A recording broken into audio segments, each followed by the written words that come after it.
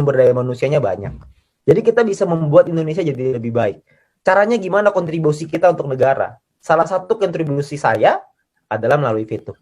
Karena melalui VTube kita bisa membantu begitu banyak orang. Kita nggak cuma lihat diri sendiri. Kalau soal punya uang, ada penghasilan, dapat duit, sudahlah. Sudah pasti dapat, nggak mungkin nggak. Kalau nggak dapat, Anda nggak lagi di VTube itu namanya. Kalau Anda lakukan dengan serius, kalau Anda kerjakan, uang itu udah pasti ada. Pasti. Cuman masalahnya bukan cuma uang. Tapi apakah kita bisa membantu orang lain? Apakah kita bisa membantu tim kita untuk bisa sama-sama sukses seperti kita?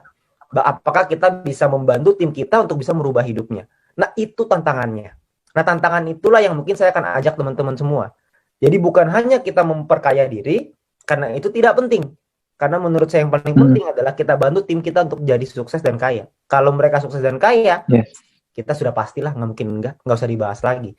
Jadi jangan pernah fokus ke diri sendiri, tapi fokuslah ke tim kita. Nah, untuk itu Anda perlu belajar.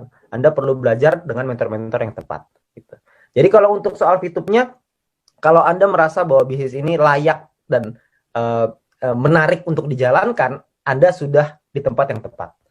Dan banyak orang di luar sana tidak bisa melihat itu. Dan memang dunia ini berubah oleh sekelompok kecil orang yang bisa melihat sebuah peluang.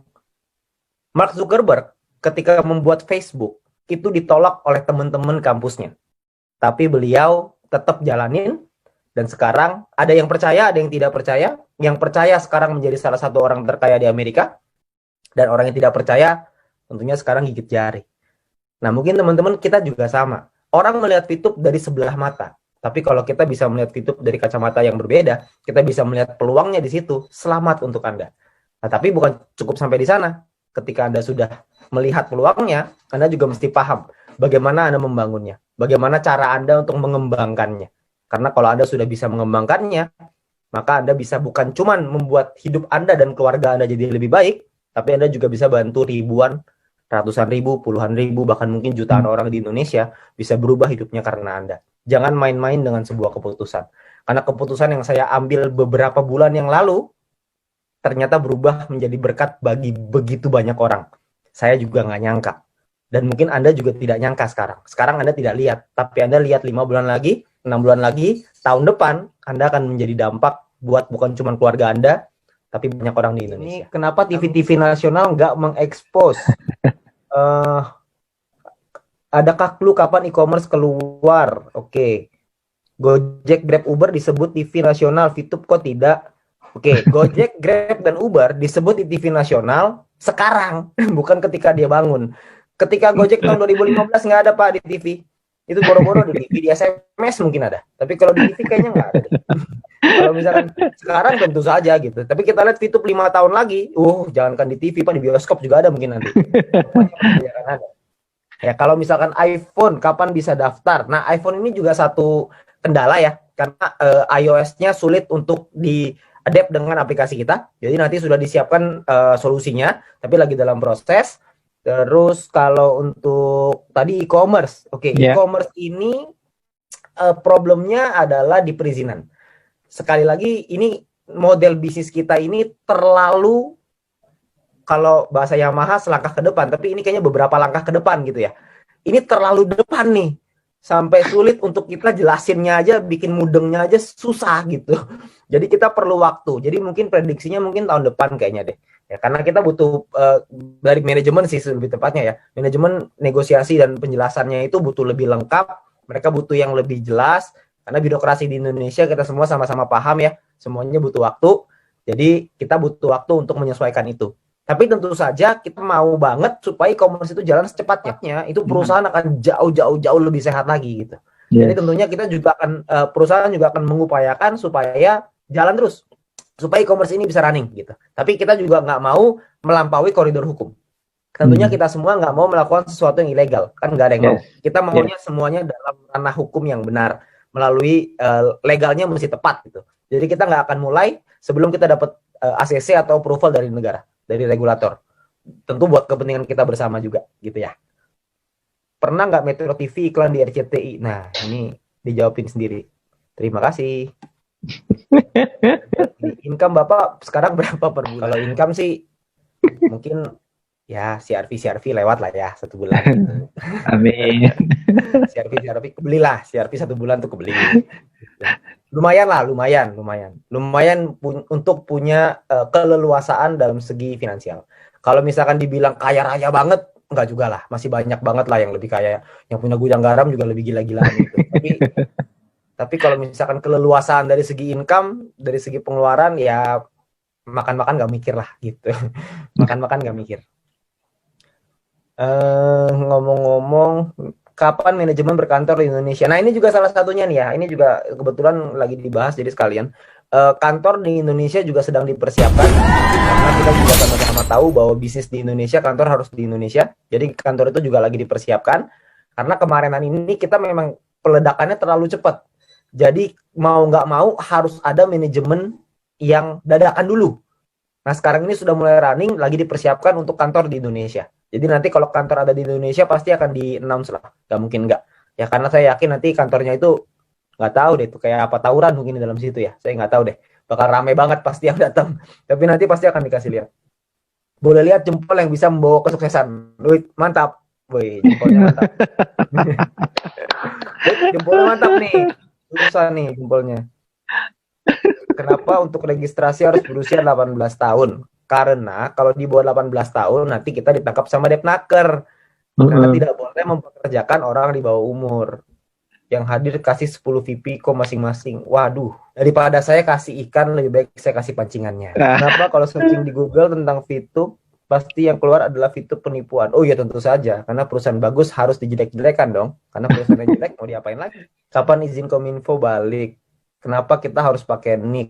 Oke, izin Kominfo ini masalah waktu ya. Jadi ini juga sama. Jadi kalau misalkan proses legalnya ini sudah mendekati fase akhir. Jadi ketika itu sudah selesai, maka semua izin juga pasti akan dipulihkan. Cuma itu butuh waktu aja untuk penyelesaian sedikit lagi. Jempolnya panjang banget ya, gak buntet. Makanya rezekinya panjang. Bisaan aja dulu waktu gua susah nggak begitu. Kenapa harus pakai nick? Karena kalau nggak pakai nick, nanti satu orang bisa bikin ID banyak banget dong. Karena kan harus diverifikasi apakah manusia atau robot, kan gitu. Kalau misalkan isinya robot semua kan pusing. Jadi kan harus ada KYC namanya. Jadi perlu ada yang diituin lah, yang dicek gitu. Ini udah gampang banget loh, cuma NIK doang. Harusnya tuh nggak begini nih. Harusnya tuh ada selfie-nya, ada fotonya, ada apa gitu. Harusnya ada beberapa lagi. Betul. Berarti Vito masih di R&D terus ya? Oh, itu tentu saja jelas. Karena yang namanya bisnis, kalau misalkan tidak bertumbuh terus, maka bisnis itu akan mati. Seperti contoh, kita ambil contoh paling gampang. Bluebird sama Gojek. Siapa sih yang dulu yang punya Bluebird itu salah satu orang terkaya di Indonesia loh. Top 50 kalau nggak salah, terkaya di Indonesia. Sekarang, Bluebird ini ketika dibangun, itu gak ada yang berani melawan tuh. Taksi nomor 1 pasti Bluebird, gak ada lawannya. Ada Bluebird, Silverbird, GoBird, semuanya. Wheelbird juga ada di situ. Tidak ada satu orang pun yang bisa menyangkal bahwa Bluebird itu taksi nomor 1 di Indonesia. Nah, tapi ketika Gojek itu muncul, Gokar itu muncul, terjadi terjadi ribut gitu antara supir Gokar dengan taksi. Katanya ini nggak fair lah, apalah segala macam. Dari pihak Bluebird itu juga ngotot, tidak mau beradaptasi dengan perubahan, nggak mau ikutin dengan online. Yang terjadi adalah Gojeknya sekarang membeli sahamnya Bluebird. Jadi yang tadinya kompetitor, Bluebird tadinya di atas, sekarang Bluebird mau nggak mau bekerja sama dengan Gojek gitu. Jadi namanya bisnis harus terus berubah. Begitu juga dengan Vito, pasti akan ada perubahan. Kalau Anda tanya akan berubah atau enggak, dijamin pasti akan berubah. Karena kalau nggak berubah, kita akan punah. Jadi mau nggak mau harus seperti itu. Bapak sendiri menjalankan misi dengan modal 0,3 apa fast track? Ya tentu saja 0,3 Bapak. Zaman saya pertama kali bergabung, EC aja tidak dibuka. Tidak ada EC, mau beli sama Sopo. Tentu saja pakai gratis, mau pakai apa lagi? Dulu 0,3 tuh seru sekali loh. Betul. Kita nunggu loh berbulan-bulan supaya dapat 0,3. Gila, launching tuh dengan semangat selesaiin, 0,3 pertama nih. Bangga dapat 0,3 itu bangga banget. Seneng banget kan pertama kali Pak Sandy. Bangga. Di tengah dengan kisruhnya ketika lagi di awal ya, tapi dapat 0,3 pertama itu seru banget. Ini terakhir ya. Kalau dapat calon VTuber yang kritis dan pernah telepon pihak OJK dan dapat info VTube termasuk entitas kali ini maksudnya ya. Entitas yang masih proses penarikan izin, itu kita gimana jawabnya Pak? Kalau saya nih, ini Anda perlu tanya lagi ya sama Pak Sandy ya. Kalau kalau ketemu dengan orang yang sebegitu kritisnya, pengen tahu semuanya, pengen supaya telepon OJK lah, ntar dia telepon ke Kominfo lah, dia telepon ke presiden lah, semua mau ditelepon sama dia untuk memastikan supaya bisnis jalan. Gak taunya dia cuma mainnya misi gratis toh. Kalau saya boleh milih, kayak gitu biasa saya Nina boboin, biar bobo aja, jangan dibangunin, karena repot, karena lucu, orang itu mau ikut bisnis yang fresh, yang namanya bisnis fresh selalu ada tantangan di awal, selalu tidak mudah di awal. Kalau bisnis yang sudah established, bisnis yang sudah jadi, bisnis yang sudah kuat, legalitas gak ada lawannya, udah aman semuanya, ya Anda tunggu dulu 2 tahun lagi lah gitu. Mungkin beliau itu bergabungnya waktu yang tepat 3 tahun lagi dari sekarang. Jadi jangan Anda fokus sama orang yang seperti itu. Kalau saya lebih fokus sama orang yang melihat peluang daripada orang yang melihat masalah di balik peluang. Karena kalau ketemu orang yang nyarinya masalah, Anda kasih solusi, dia cari lagi masalahnya. Anda kasih solusi, dia cari lagi masalahnya. Anda nanya sama saya cara jawabnya gimana? Cara jawabnya adalah jangan dijawab. Kalau saya sih begitu.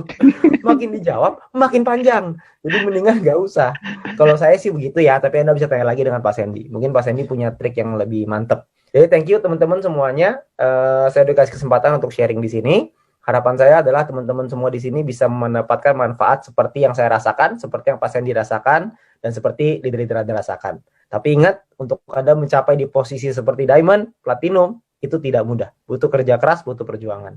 Jadi siapkan hati Anda untuk kerja keras itu, siap-siap buat berjuang, dan saya yakin kalau misalkan kita bisa, Anda juga pasti bisa.